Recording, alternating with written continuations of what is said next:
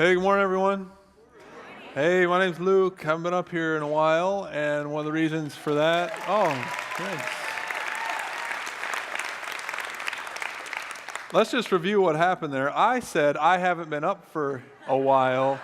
You cheered. Okay. Yeah, thanks. Appreciate it. So good to see most of you. Very relieved to be home. Thank you. So I was in Uganda for 105 days earlier this year, and we adopted two boys, Trey, who's now 21 months, and Jai, who will turn 1 next week, actually. I think we have pictures of them. There they are. Okay. They look good now. Each of them was abandoned earlier in their life. Trey, when he was believed to be about 6 months old, he was found on the side of the road in a very busy part of downtown Kampala, very weak and malnourished. And Jai was found a little north of the city, out a ways, in a trash bag with his umbilical cord still attached. So believed he was just a day or two old. So not biological brothers, but each of them were taken to the same orphanage, and through the work of lots of caring people were nursed back to health and eventually found their way into our family to become brothers. So, yeah. Thank you. So that makes 7 of us now, 1 for every seat in the minivan. And it's gone quite well, actually, all things considered. That's kind of, everybody's out, how's it going? And I'm not just sort of sloughing off an answer when I say it's going well. It is. It's gone good, as good as we could be expecting it to go. And thank you for the ways that you have blessed our family in the past and even now and going forward. This is something we couldn't do by ourselves, and we haven't done it by ourselves. Very blessed by all of your support and praying for us. It really means a lot, so thank you for all of that. We went through this process, obviously, in order to simplify life. No. 5 kids, 8 and under. Real simple. I don't know if I'm any better at living simply than Nate or Ben have said that they were. You probably aren't either, right? And that's why we're doing this series. Simplify. Sounds good, doesn't it? Sounds very refreshing. I think there's something quite attractive about the thought of being less cluttered and more focused, less busy and more at peace, less distracted and more deeply connected to God and to those people around us who mean the most to us. That's where this series is aiming us. Drawing from a book called Simplify, written by Bill Hybels. Maybe you've picked it up. A lot of us are in group studies as well, talking about it each week, going through the material. And that's led us this week to this simplifying challenge: spend wisely. Good, we're talking about money. I'm sure you're delighted. Everyone loves when church talks about money. Well, if you got some preconceptions, maybe just put them on hold for a little bit, and we'll see if we can get somewhere helpful today. Because I think acting wisely is good, right? Exercising wisdom with regard to our finances in particular is something worth pursuing, I think. So let's see if we can find some wisdom. A little Bible quiz to start off with. If you were going to the Bible looking for wisdom, what part of the Bible is known for its wisdom, full of wise sayings and practical advice? Proverbs, right? 31 of them in all. Maybe you've read some of them, collection of these wise, short, pithy sayings. That's kind of what a Proverbs is. And the book opens by saying, these are the Proverbs of who? Solomon, King Solomon, that is, king of Israel, mid-900s BC. Seems that he wrote most of Proverbs. Very popular guy. World-renowned in his wealth and wisdom, in fact. Prolific in writing, 3,000 Proverbs, over 1,000 songs credited to him, according to the Bible. A man of tremendous influence. People throughout the centuries have gone in search of his wisdom in the book of Proverbs, looking for advice on things like finances and parenting and relationships and health and vices and virtues. It's all there. And we're looking for wisdom today. And if we went to Proverbs, it would say things to us like, the way of fools seems right to them, but the wise listen to advice. Why would you want wisdom? Well, those who trust in themselves are fools, but those who walk in wisdom will be delivered. And don't we need to be delivered from financial stress and complexity and pain? Don't we need some wisdom in this area? Solomon is always distinguishing between what is wise and what is foolish. And how many of us have fallen on the wrong side of that distinction when it comes to the way that we've handled money? We think about the complexity of life, how much of that has to do with the state of our finances. How much of it has to do with just financial foolishness, if we're honest, mismanagement, call it what you want. How much of the complexity of life is the result of our materialism. The more money we get, the more stuff we buy, and that stuff is literally cluttering our lives and our houses and our driveways, and you're fooling yourself if you do not also think it's cluttering your soul. So many of us have thought that more money would make us freer, but instead it has imprisoned us, strapped us with debt, robbed us of peace, locked us into this unwinnable game of keeping up with the Joneses. Whoever they are, we don't know, but they got more money than us. And we need to be delivered from this madness. We need some wisdom here. And that's why we need to listen to Jesus. Not Solomon? Well, no, you read all the Proverbs you want. Solomon's good. Read them and apply them. But I think what we need most is a word from Jesus, and here's why. 1,000 years after Solomon, Jesus came on the scene. That's what you read about when you get to the New Testament. Matthew, Mark, Luke, and John, they have all of these snapshots of Jesus' life. And I was captured by one in particular when Jesus is teaching the ever-increasing crowds in Luke chapter 11. And at one point, he calls to mind the wisdom and the splendor of Solomon. And he remembers this time when a foreign queen heard about Solomon's fame and she came to visit him. And then he makes this bold claim. This is the Queen of Sheba, she came from the ends of the earth to listen to Solomon's wisdom. But now, something greater than Solomon is here. Something greater than Solomon is here. His name is Jesus, and wisdom is found in him.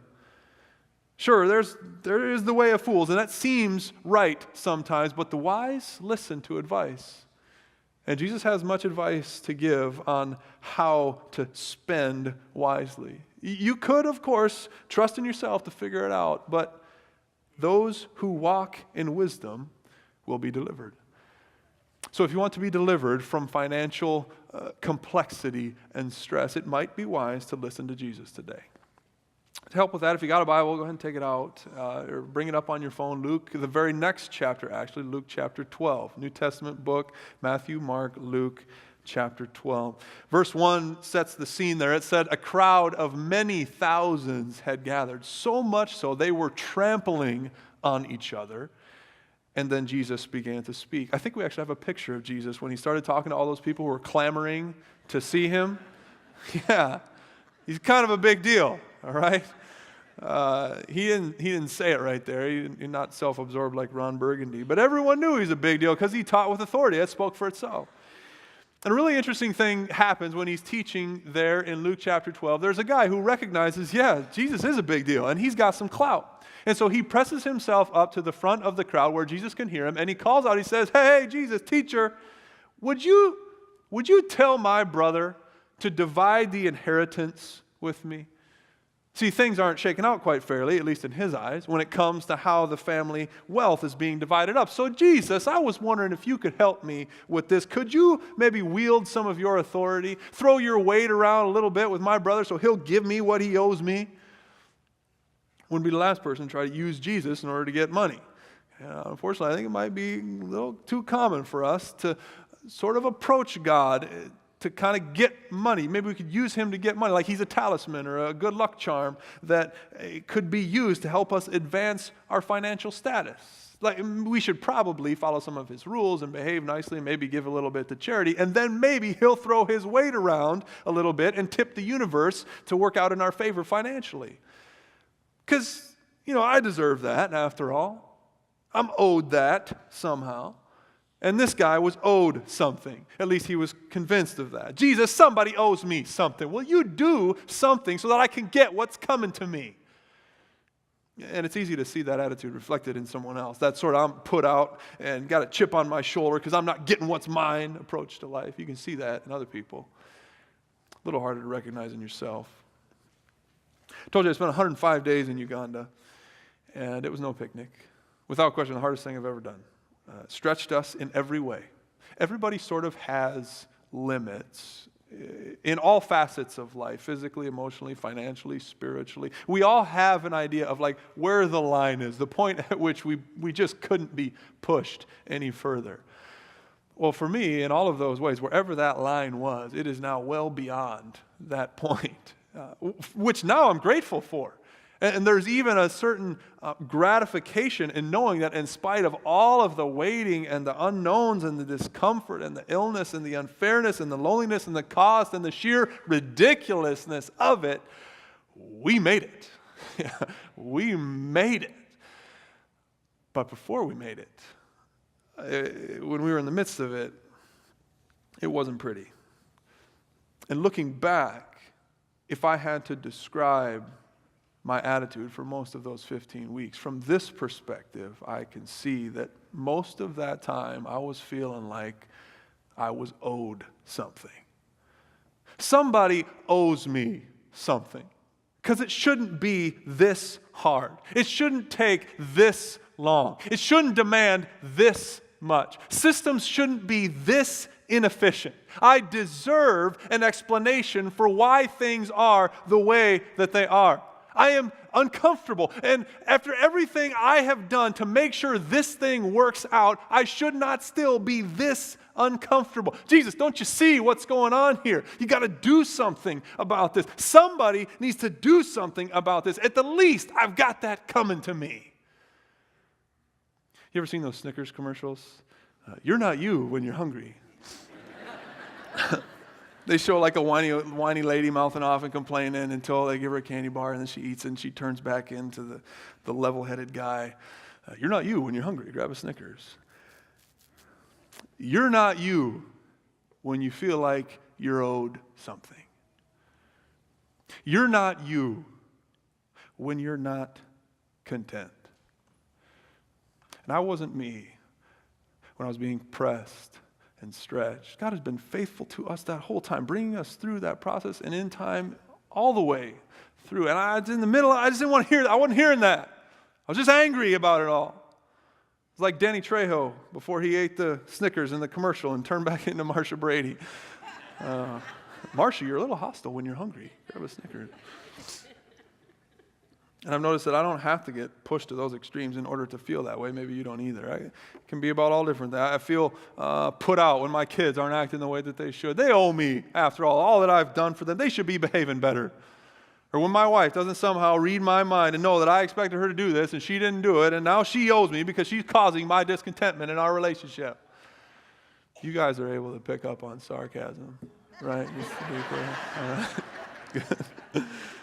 And it's the same way. You can bring that same kind of attitude into the financial realm. When I feel that same way toward God, when I look at how much stuff I got, the level of provision that I've been afforded, my income stream, the lucky breaks that I've gotten, the return that I've gotten on my investment. I'm not getting enough of all that. It's not what I want it to be. It's not as much as somebody else's. And so contentment eludes me until I get what I believe I should have coming to me. Now, I may never talk in that way. I would never use those terms or say that out loud. I'd never say God owes me something. But if I really pressed into it, that's how I feel. I mean, I could owe a bunch of people a bunch of money and still go through life feeling like the world owes me something. You know what I mean? No, we're all very happy with how much money we make. Yeah.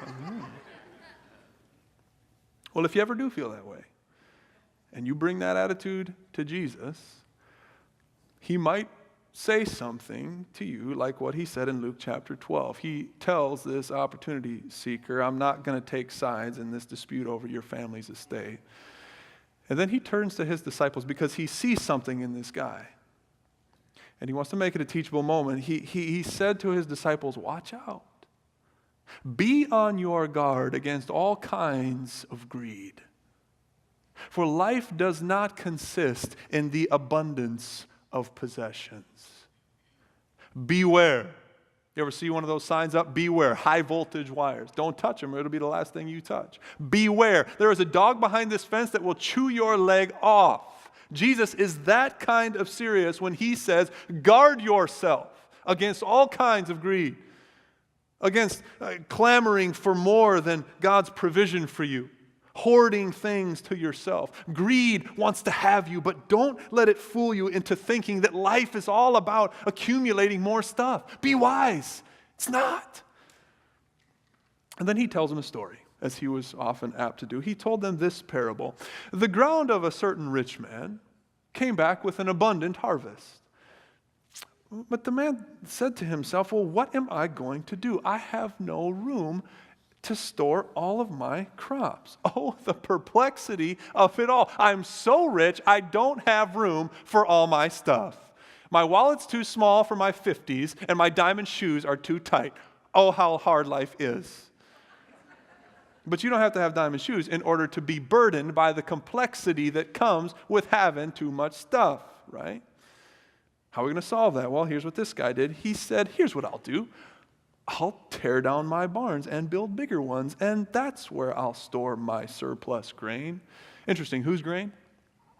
How quickly he calls it his when he didn't make the ground or the seed or the sun or the rain that caused it to grow and produce the harvest that he obviously didn't even anticipate. But now that it's mine, I better build bigger barns.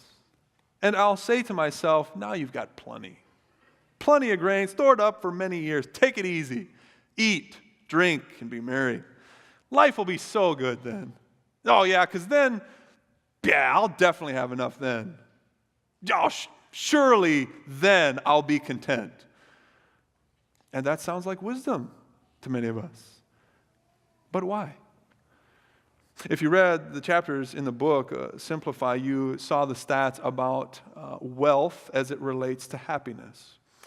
And the results turned out that people in the U.S., the richest country that has ever existed on the face of the earth, ranked 33rd in happiness. It was the poor Latin American countries that were all clustered near the top of the happiness scale. And there are plenty more stats you could cite, articles you could read. They all come out. A new study reveals Americans aren't happy despite all the stuff they have. Like it's this groundbreaking research that's being done. We don't need those stats to tell us. Because when we turn our eyes away from the movie screens and the magazine covers that prop up the lie that more money makes more happy, and we take a look at our own souls, we know when there's discontentment, fear, and worry, and a tight grip on what we have, and bitterness about what we don't have, we know all this stuff ain't doing what we thought it would do. This guy in the story is not yet convinced, and he's in for a rude awakening because just as he settles on his barn building plan, God appears to him and says, "You fool. This very night your life will be demanded from you, and then who's going to get all the stuff that you've prepared for yourself? All your wealth has been managed in a way that's oriented around you. So when you come to an end, what's the point? Be wise here. This is what you have to reckon with," Jesus says. "This is how it will be with whoever stores up things for themselves but is not rich toward God." Here's where this sermon is going. Okay? When we get to the end of this thing, I'm just going to tell you the end right now here in the middle. Okay? Because there's not a lot of good news yet. That's a pretty sad story. Kind of depressing. And it's tough to listen to because we can see ourselves in it. It doesn't matter what income level you fit into or whether you label yourself as rich or not. You probably don't, most of us. Okay? This man was labeled as rich. And regardless of where we're at, we've followed the same thought progressions as this rich man in the story. And it's the kind of thinking that is normal to us and to the people that were listening to Jesus in Luke chapter 12. In fact, that get all you can and do well for yourself approach to life, that's sold to us as the standard wisdom of the day. And so when Jesus looks at that and calls it foolish, it stings. And it can make us feel guilty. And oftentimes we take that guilt and try to make that the motivator for putting into practice the kinds of things I'm going to end this sermon with. Okay? Because I'm not going to say anything new. I don't have anything new to say with regard to how God coaches us to manage money. Okay? When we get to the end, I'm going to tell you, try the tithe, if you're not doing it already. The tithe, in the story of God's people, recorded in the Bible, was an outward expression of an inner commitment. For all of those people who said, our God is the Lord, and we serve Him only, we trust Him, we love Him, we worship Him, well, one critical, tangible way that they expressed that devotion was to take the first 10% of whatever their income was and release it into God's hands. They lived on the 90%. It was a faith step, required trust. But it was something that in a famous part of the book of Malachi, God even says, try me, test me in this.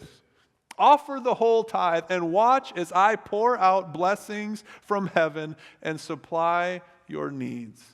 It's not a problem for me. You trust me. You can thrive on 90%. Okay? Surprise, I'm going to tell you, try that.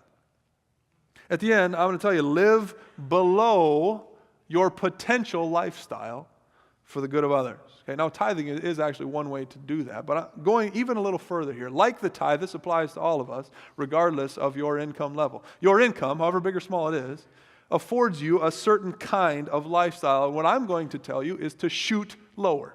We don't all have to live at the same level, but don't grasp for the absolute highest level that you can achieve. Do not realize your potential, at least when it comes to accumulating for yourself. And particularly pushing this on those who maybe are already tithing, already being faithful with that. You might be at your limit at 10%.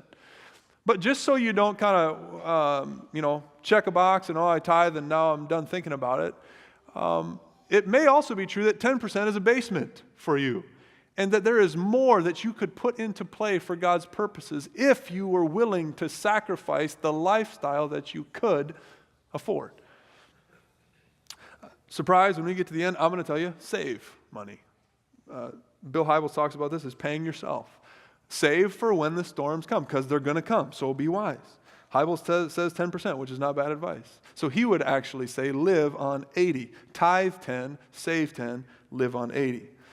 Now to me, those are priority decisions. Commitments that if you make them, they're going to dictate how the rest of your financial situation plays out and how you respond to the other kinds of things that you won't be surprised to hear me say. Freeze unnecessary spending. Stop buying stuff you don't need. Decrease your debt. Pay off what you owe. And don't increase your debt load. And really, what are we talking about here? We're talking about living within your limits.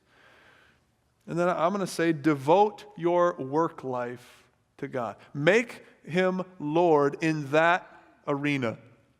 Now, this doesn't mean you have to underachieve or settle for less, a bad job or a low-paying job. No, you pursue your passion. Go after it. You might do an unfun job that pays the bills, and you pursue your passions in other ways. You supplement that. Maybe you be creative and you try to turn that into a money-making engine. Maybe it works, maybe it doesn't, but take chances. Succeed. Make a ton of money. Get promoted. Do whatever you do for work while maintaining the other priorities that we're talking about. That's where we're going.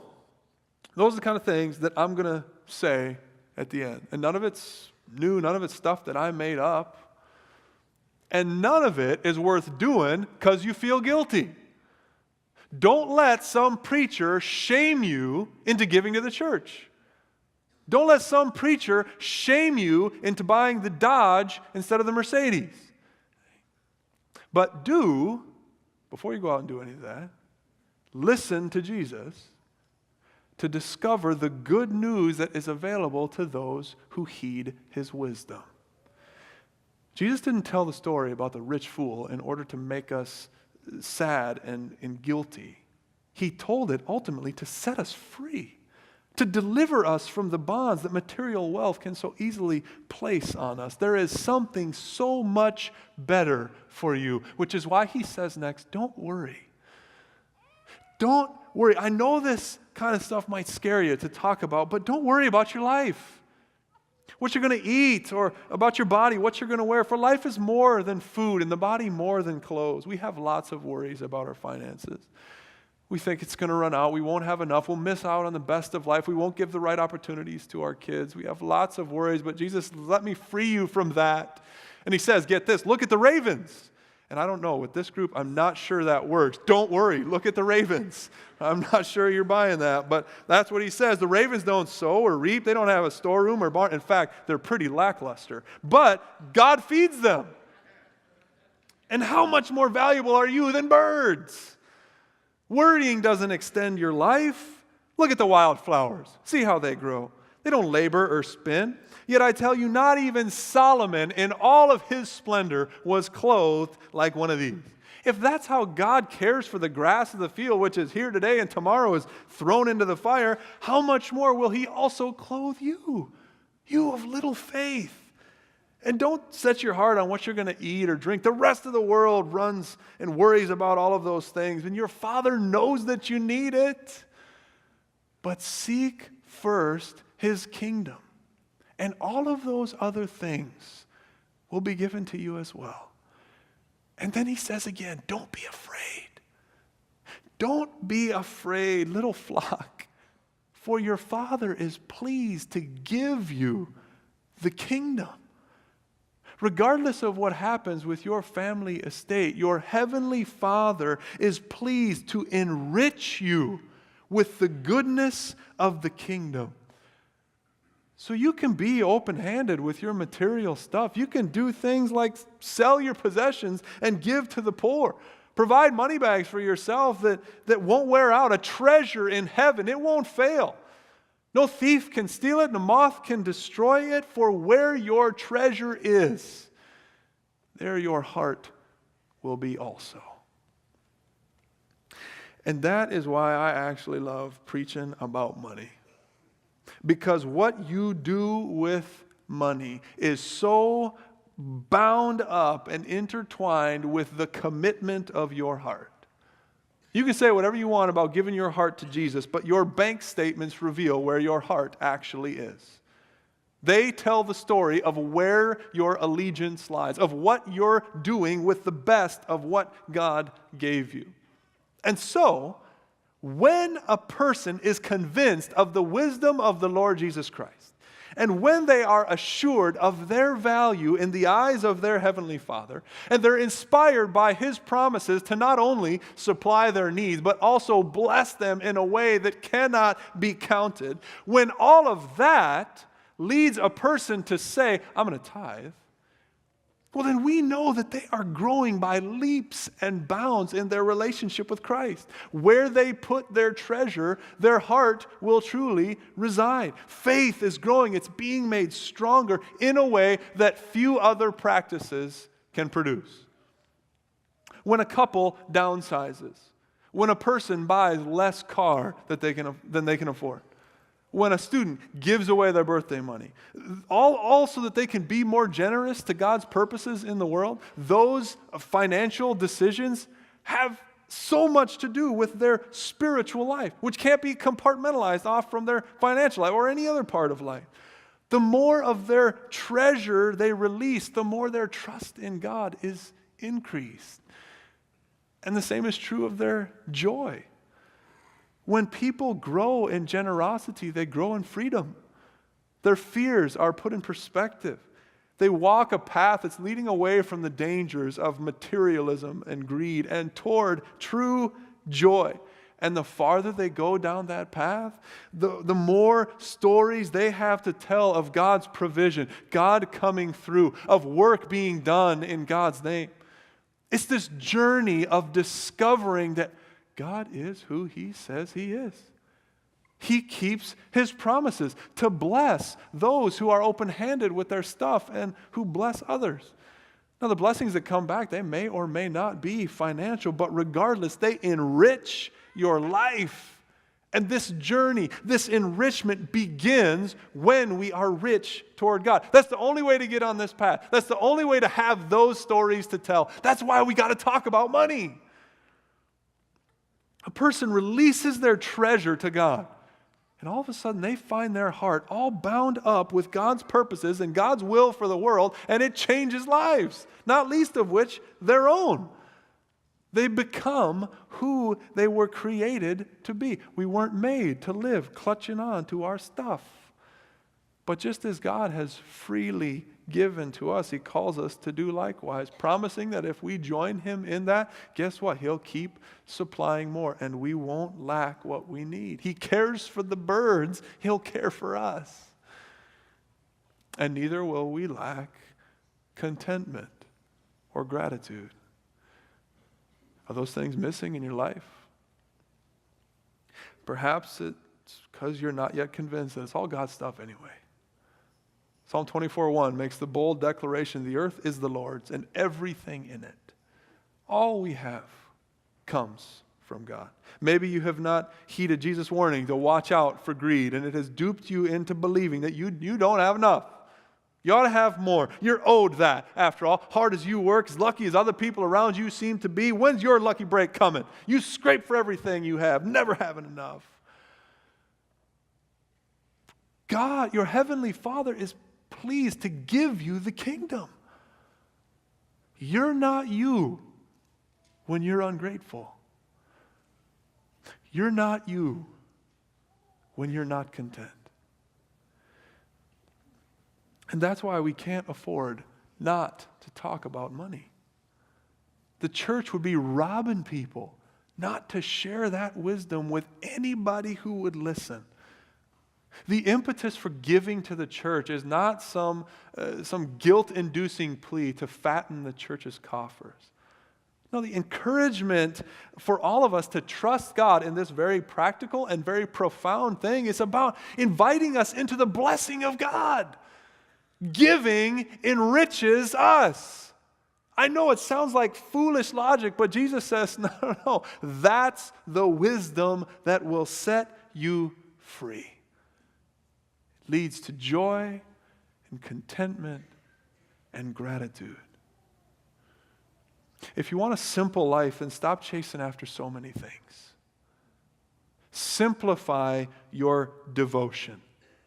If you want Jesus to live in your heart, then trust Him with your wallet.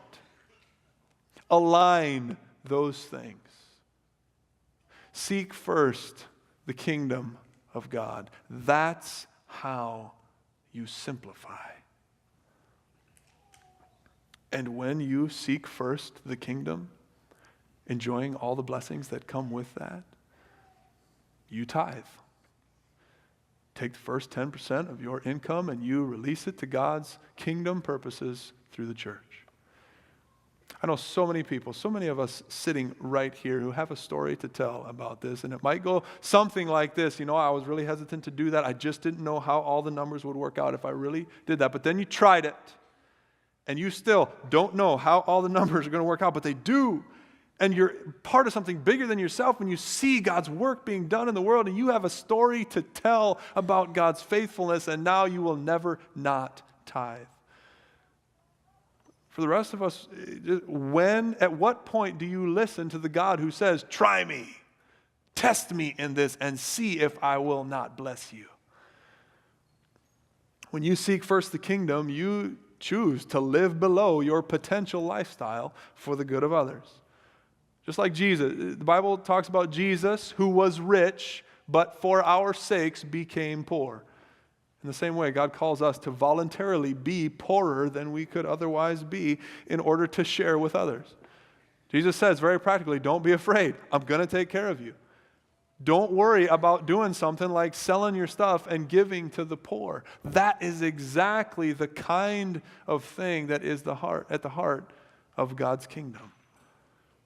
When you seek first the kingdom, you save too. Like a wise manager, you save in a way that reflects good stewardship and trust. You cut out unnecessary spending. You take a hard look at your bank statements and at the stuff that's cluttering your house. You got to make time to do that. And you simplify. You declutter. You get serious about getting out of debt. You take the next Financial Peace University course when it's offered here.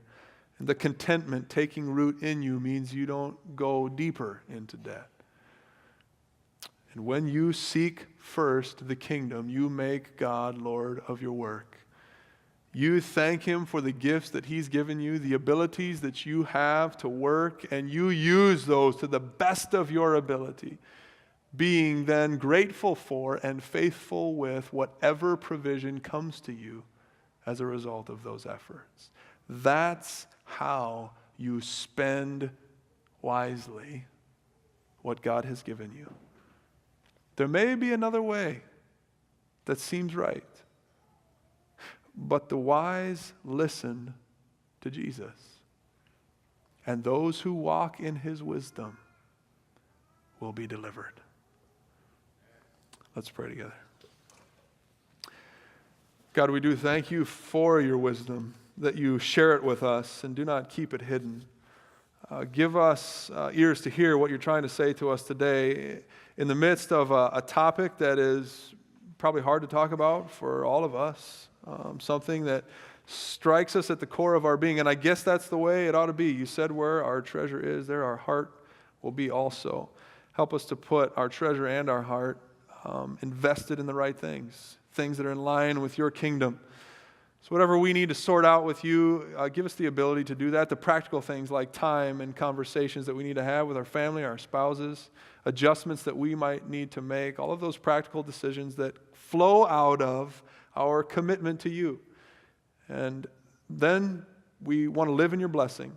Don't let any of us do this because we feel guilty, but rather let us turn to you and deepen our relationship with you. We know that there's a cost to that, and we're praying for the courage to not just count the cost, but to say yes to you